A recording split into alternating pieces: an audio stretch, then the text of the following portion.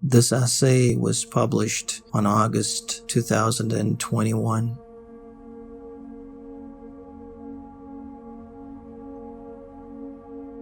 Recently, I've posted a video on YouTube talking about how even though coming into existence is always a harm, and not coming into existence is never detrimental to a would-be person precisely because he or she won't exist to miss the good things in life, things aren't equal for those who come into existence.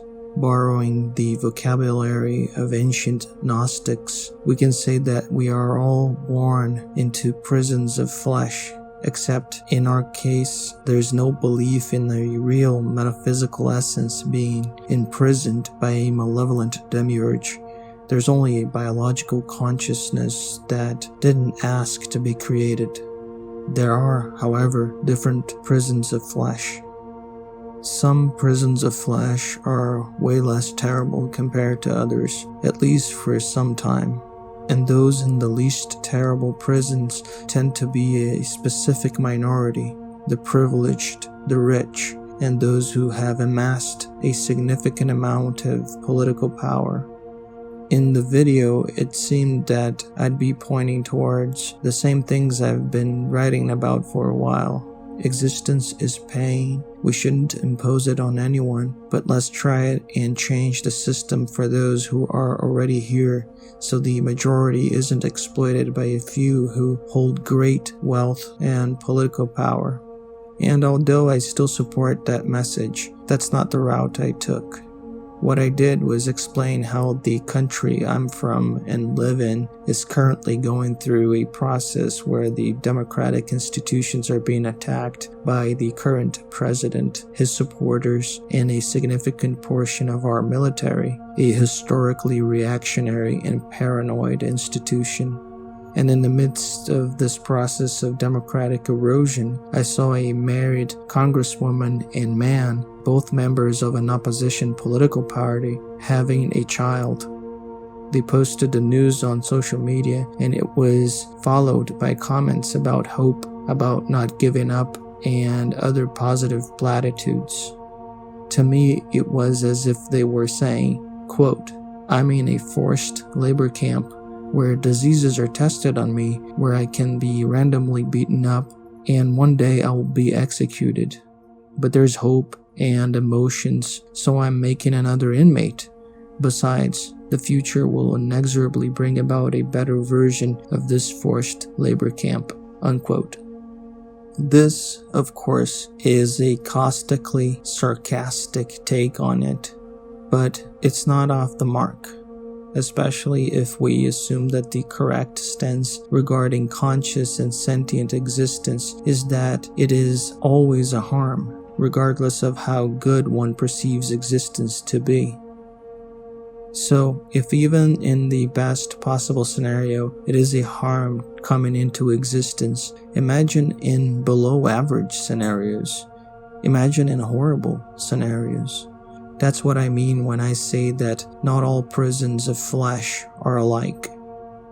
Anyway, it has been a couple of weeks since I've posted that video, and things haven't gotten better in my country. In fact, things have been getting worse at an alarmingly fast pace.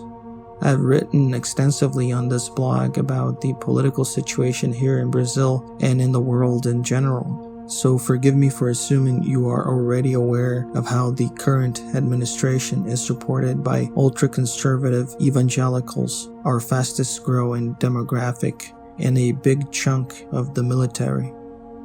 This nation has a history of suppressing even modest socioeconomic changes that would benefit the working class and the poor. The few labor rights acquired during the 20th century were hard to get and have been consistently taken away in the name of economic efficiency.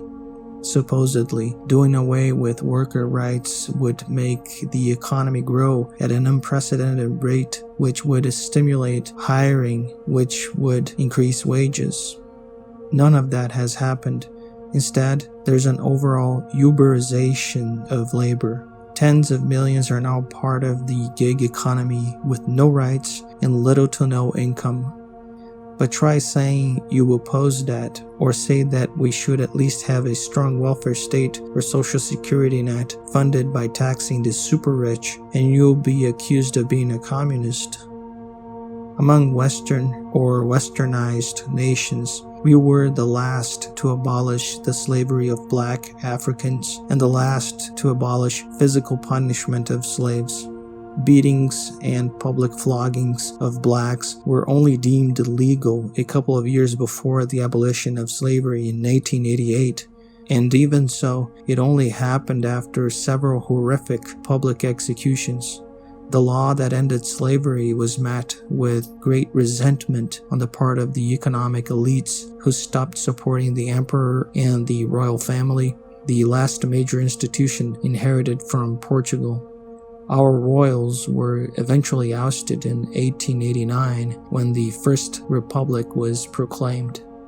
The elites then started to support mass immigration of poor white Europeans from Italy, Germany, Poland, and other places. These, in their turn, were instigated by the elites to hate blacks and natives who were considered to be inferior and blamed for societal ills. Generations later, and a few coups and dictatorships later, were finally able to have a pretty decent constitution in 1988. The ratification of that document established a new republic. From then on, little by little, things were improving. Our economy grew to be the 6th largest in the world for a couple of years, even with all the inequalities and poverty. During this time, the poor gained a little more than they were used to. But class resentment grew once again in the mid-2000s, and by the mid-2010s, this resentment reached insane levels among the wealthy and the middle class, the latter informed and indoctrinated by the wealthy.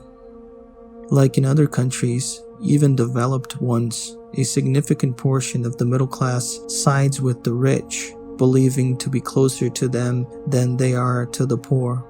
Making a long story short, in 2016, the center-left president was impeached based on flimsy charges, and in 2018, the majority elected Bolsonaro president. Bolsonaro used to be an obscure, corrupt, conspiracy-touting, far-right congressman for almost 30 years. But he saw the opportunity to ride the wave of resentment against the so-called communists, that is, against anyone who defends that poor workers have a right not to be serfs or slaves. So he took a gamble during the presidential elections of 2018, which paid off. The military, most of which resented the end of the dictatorship that lasted from 1964 until 1985, now provides support for his government. Some top generals have already come forward saying they won't allow the 2022 elections to happen unless Bolsonaro wins, or, in the very least, they won't allow any leftist candidate to win, no matter how moderate, because they, quote, fear the return of communism, unquote. The thing is, we never had a communist revolution in Brazil. The justification for the 1964 coup was the same. Communists are supposedly going to take over, even though there were barely any real communists in the country, and even though the president at the time, a center-leftist named João Goulart, was an upper-class moderate. Meanwhile, military officers actively participate in Bolsonaro's administration. They have amazing salaries and some of the best retirement pensions in the world. Just to give an example, when our officers retire, they get paid the same amount they made while on active duty for the rest of their lives. And the unmarried daughters of high-ranking officers get to inherit this privilege, so they never legally marry anyone. They just have religious ceremonies instead. Even when we correct values to euros, pounds, or dollars, our retired generals make more than American, French, or British generals. But why am I saying all of this? What does this have to do with prisons of flesh? I keep thinking of other nations in the world, especially in recent history, who had periods of stability, growth, and relative progress. Imagine Poland in the early 1920s, before World War II. Imagine Iran before the Shah, and as bad as the Shah was, imagine Iran before the Islamic Revolution. Think of Brazil in the 1950s. Sure, none of these places were amazingly stable during the periods I mentioned, but there were glimpses of betterment.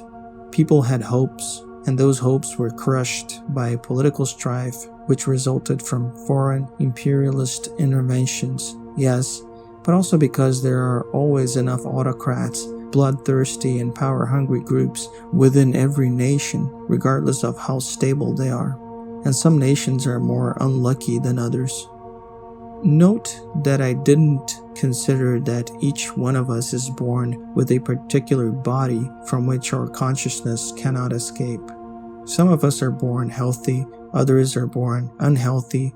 Most of us will eventually become gravely ill, and we all lose our health at some point in life, no matter how much we try to maintain it.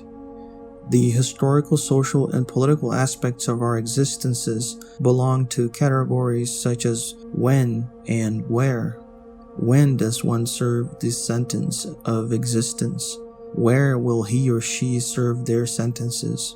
But regardless of the historical, social, or political situation which can make one's life better or worse, we are here for a limited amount of time, created by the hands of others who wanted offspring, or who just wanted to have a good time, and we inhabit one specific meat vessel. However, for the sake of simplicity, let's not take into account diseases, getting old, and random tragedies like accidents or natural disasters. Let's pretend everyone's bodies are pretty much equivalent in terms of health. That still leaves a never-ending world of horrible possibilities for one coming into existence, because our species, like the natural world around us, isn't stable, but in constant, violent flux. We can easily imagine an Eastern European couple in 1926 living in a relatively stable society, having a son, hoping he would inherit the family business, only for him to perish painfully at the hands of Nazis on some ditch by a freezing road in 1941. We can think of other examples. A couple in South America having children in the 1950s, before the region saw a multitude of military coups stimulated by the United States in order to control the region and ward off Soviet influence. They couldn't guess that in 1976 their daughter would be brutally tortured, murdered, and have her body incinerated by the secret police, leaving no trace of what happened to her. Even when we don't consider natural or random misfortunes, the fact is that we can never know what horrors await us just around the corner. That's when the sarcastic, made-up quote I wrote earlier comes to shine a light. In this existence, we are forced to do some kind of work, and if not, have someone else work for us, which in itself is an activity that needs to be done. All of us are exposed to diseases, and even the healthiest human being is going to eventually get sick. Every human will die, either by disease, old age, accidents, murder. In a universe that seems to be pointless, the more we learn about it, as the late Nobel-winning physicist Steven Weinberg once wrote, what keeps us from realizing our overall misfortunes are our emotions and the hope that something in the future will justify all of this suffering. Many hope that there is a justification awaiting us after death, but there are also plenty of those who believe that the future will inexorably bring about some sort of utopia or something close enough to a utopia, and that will justify everything, especially the sufferings humans went through at the hands of political strife. No, it won't.